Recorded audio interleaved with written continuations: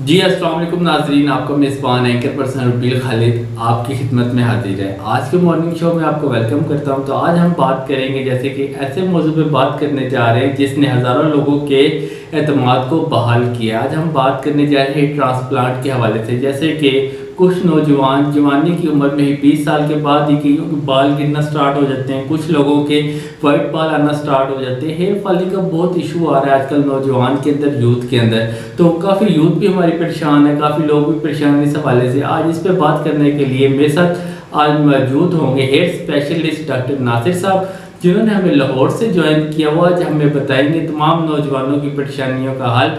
तो अस्सलाम वालेकुम डॉक्टर साहब। जी वालेकुम अस्सलाम। जी डॉक्टर साहब, आपको आज के प्रोग्राम में मैं वेलकम करता हूं। तो आज हम आपसे जानना चाहेंगे जैसे कि नौजवानों के अंदर हेयर फॉलिंग का बहुत इशू आ रहा है। हेयर ट्रांसप्लांट के हवाले से भी काफ़ी लोग परेशान हैं। कुछ लोग कहते हैं करवाना चाहिए, कुछ लोग कहते हैं नहीं करवाना चाहिए। बेसिकली पहले तो हम आर नाजरीन को आप बताएं कि हेयर ट्रांसप्लांट है क्या। जी सबसे पहले तो आपका बहुत बहुत शुक्रिया, आपने मुझे मदऊ किया इस सेंसिटिव टॉपिक के ऊपर बात करने के लिए। तो सबसे पहले मैं ये बताता हूँ कि हेयर ट्रांसप्लांट जो है वो एक सर्जिकल प्रोसीजर है जिसमें सर के पिछले हिस्से से, जहाँ से बाल परमानेंट जोन में होते हैं, जो सारी ज़िंदगी रहती है, वहाँ से लिए जाते हैं और आगे ट्रांसप्लांट किए जाते हैं जहाँ पे बाल एरिया होता है। तो ये बिल्कुल कराना चाहिए हर नौजवान को जिसके साथ भी ये इशू है, क्योंकि ये एक बहुत ही आसान और कामयाब सलूशन है उसकी बाल्डनेस का। जी डॉक्टर साहब, यहाँ पे मैं एक क्वेश्चन ऐड करना चाहूँगा। जैसे कि क्या हर वो शख्स जिसके बाल गिर रहे हैं क्या वो हेयर ट्रांसप्लांट करवा सकता है, या इसके लिए कुछ मखसूस शराइत हैं, उसके बारे में भी ज़रा हमें नाज़रीन को हेयर बताइएगा। ट्रांसप्लांट हर बंदा नहीं करा सकता जिसके हेयर फॉल हो रहा है। पहले हमें इवेलुएट करना पड़ता है कि हेयर फॉल की काज क्या है। हेयर फॉल की काजेज़ कई हो सकती हैं, लेकिन सबसे बड़ी काज जो है मर्दों के अंदर वो मेल पैटर्न बाल्डनेस है, जो कि मर्दाना गंजापन जिसे हम कह सकते हैं। तो उसके बाद इवेलुएट किया जाता है कि किस स्टेज पर है, उसका डोनर एरिया कैसा है, जहाँ से बाल लेने हैं वो हेल्दी है या नहीं है। उसके बाद उसको अगर वो उसका एक अच्छा कैंडिडेट है तो फिर हम हेयर ट्रांसप्लांट की तरफ जाते हैं। अदरवाइज़ हम कंजर्वेटिव रहते हैं। उसके लिए बहुत सारी मेडिसिन है जो कि according to the cause of hair fall हम उस पेशेंट को देते हैं और उसको जितना टाइम पास हो सके हम हेयर ट्रांसप्लांट से बचाते हैं। लेकिन अगर वो कंजर्वेटिव मेडिसिन को नहीं रिस्पॉन्ड कर रहा तो उसके बाद हम हेयर ट्रांसप्लांट की तरफ करते हैं।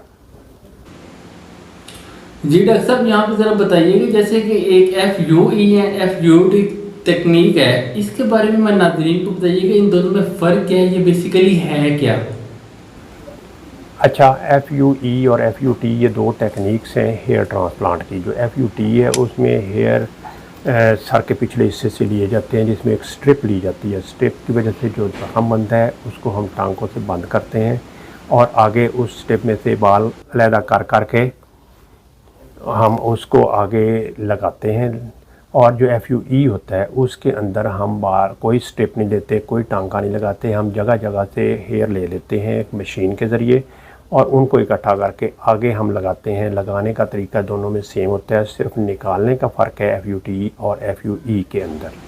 जी डॉक्टर साहब, यहाँ पे मैं एक क्वेश्चन ऐड करना चाहूँगा। जैसे कि कुछ लोग हेयर ट्रांसप्लांट करवाना चाह रहे हैं, कुछ काफ़ी उम्र के भी लोग हैं, क्या इसमें एज फैक्टर आता है। जैसे कि नौजवानों के अंदर 20 साल के बाद कुछ लोगों के बाल गिरना स्टार्ट हो जाते हैं, गंजपन स्टार्ट हो जाता है, तो कुछ लोगों की बड़ी उम्र में जाके होता है। क्या इसके कुछ साइड इफ़ेक्ट्स होते हैं, ये हमारे नाज़रीन को बताइएगा ज़रा। जैसे कि नौजवानों के अंदर 30 साल की उम्र के गंजपन का शिकार हो जाते हैं, कुछ लोग 50 के बाद जाके होते हैं, तो जो 20-30 के दरमियान होते हैं इनके लिए हाँ क्या जी, जिसको अर्ली एज में हेयर फॉल का इशू आ रहा है तो इसका मतलब है हो सकता है उसकी फैमिली हिस्ट्री बड़ी स्ट्रॉन्ग हो।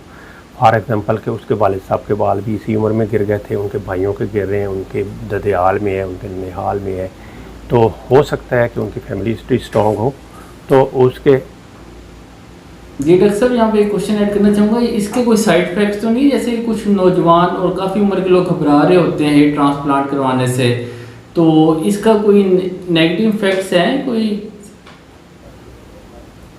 हाँ जी, इसका साइड इफ़ेक्ट बिल्कुल हो सकता है अगर करने वाले कोई क्वालिफ़िकेशन का वो है, वो क्वालिफाइड नहीं है डॉक्टर, या वो कोई कर रहा है तो बिल्कुल साइड इफ़ेक्ट हो सकते हैं। इसमें इवन कुछ डेथ्स भी रिपोर्ट की गई हैं।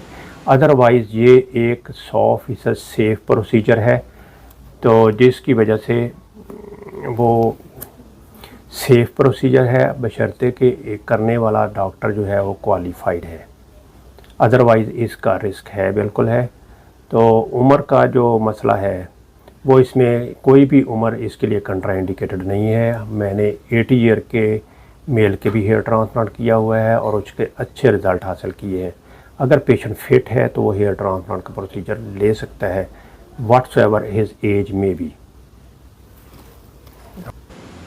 जी डॉक्टर साहब, आपका हमारे प्रोग्राम को टाइम देने का बहुत बहुत शुक्रिया जी। यहाँ पे नौजवानों आपको अपने तमाम सवालात के जवाब मिल गए होंगे, जैसे कि डॉक्टर नासिर साहब ने बहुत अच्छे अंदाज में समझाया कि उम्मीद करता हूँ कि आपको समझ भी आ गई होगी। जी डॉक्टर साहब, यहाँ पे मैं एक सवाल ऐड करना चाहूँ आपसे, कोई अगर कॉन्टेक्ट करना चाह रहा है, आपके क्लिनिक के ऊपर आना चाह रहा है, अपनी लोकेशन भी आप हमारे नाज़रीन को बता सकते हैं और अपना नंबर भी दे सकते हैं। जो हमारे इस प्रोग्राम देखे अगर आपके पास कोई आता है नौजवान या कोई भी शख्स आता है तो उस हवाले से कोई उनको खुसूसी पैकेज भी देंगे या कोई डिस्काउंट देंगे, ये भी थोड़ा सा बता दीजिएगा।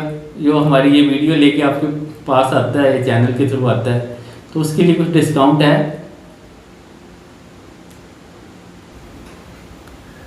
जी, हमारा क्लिनिक जो है वो शादमान चौक जेल रोड पे है, विंसम एस्थेटिक्स के नाम से। तो बिल्कुल हम समर पैकेज भी देते हैं और हमारे डिफरेंट पैकेजेस होते हैं जिसमें हर किस्म का अफोर्डेबल इंसान जो है वो अपना हेयर ट्रांसप्लांट कर सकता है अपनी जेब के मुताबिक। तो हमारी टाइमिंग है शाम 5 से 9 बजे तक कंसल्टेशन की, और इसके अलावा संडे ऑफ है और बाकी दिनों में हम डेली ट्रांसप्लांट कर रहे होते हैं। जी डॉक्टर साहब, आपका बहुत बहुत शुक्रिया। जी नाज़रीन, जैसे कि डॉक्टर साहब ने आपको एड्रेस भी बता दिया और नंबर भी हमारे स्क्रीन पे चल रहे हैं, तो नाज़रीन फिल वक्त के लिए मुझे और डॉक्टर नासिर साहब को दीजिएगा इजाज़त। हाजिर होंगे अगले प्रोग्राम में एक नए गेस्ट के साथ, एक नई सेलिब्रिटी के साथ। जी डॉक्टर साहब, आपको बहुत बहुत शुक्रिया।